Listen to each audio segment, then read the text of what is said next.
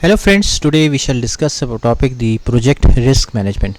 Friend, today's topic is very interesting, especially if you have interest in project management or you are planning to give exam of PMP in near future. So friend, basically risk means that any uncertain condition in a project for which you are not sure whether it will happen or not happen.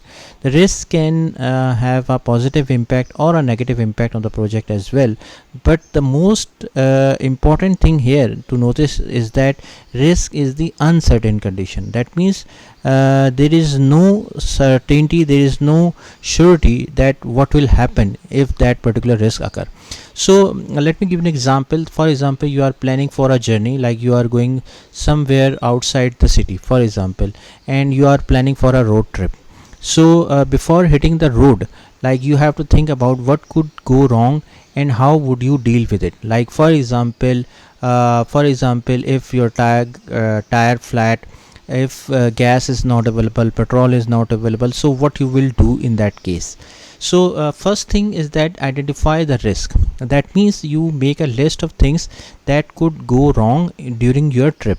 For example, any bad weather, car breakdown, or getting lost, or for example tire flat, anything. So these are the probability, these are the possible risk in your road trip. Then assess the risk. That means you figure out that which risks are more likely and what could be the impact of that risk on your trip. For example, running out of gas is more likely than encountering a bear on the road. Okay, so these are the accessibility. That means you are assessing the risk, the likelihood and their impact. Then plan responses. That means you will decide what to do if that particular risk actually happen. Like for example, you might carry a spare tire for a flat. Like for example, if there is any problem with your tire, so you must have a spare tire. Download maps in case of GPS fails. Okay, or check the weather forecast before leaving from your home. So these are the responses that you must have to do. Like first you will make a list of risk identification, then assessment, and then you must have a response about against each risk. Then implement the responses. That means during your trip you will put your plan into action. Like if it start raining, you pull over and wait it out, or use windshield wipers and headlights. Okay, so you must have an implementation of your responses for the risk.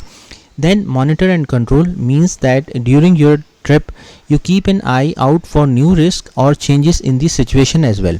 If you notice a strange noise from the engine, so you might stop your car to investigate before it becomes a very big problem and you have to stop your trip in that case. Then learn and improve. That means once after the trip, you think about what went well, what didn't well, goes wrong, what didn't well. Basically you are identifying the things which are positive, so you must have to continue in your next trip, and the things which are negative, so you must have to discontinue or avoid in future. So maybe you realize you should have packed the snacks in case of unexpected delays. You make a mental note to do that next time.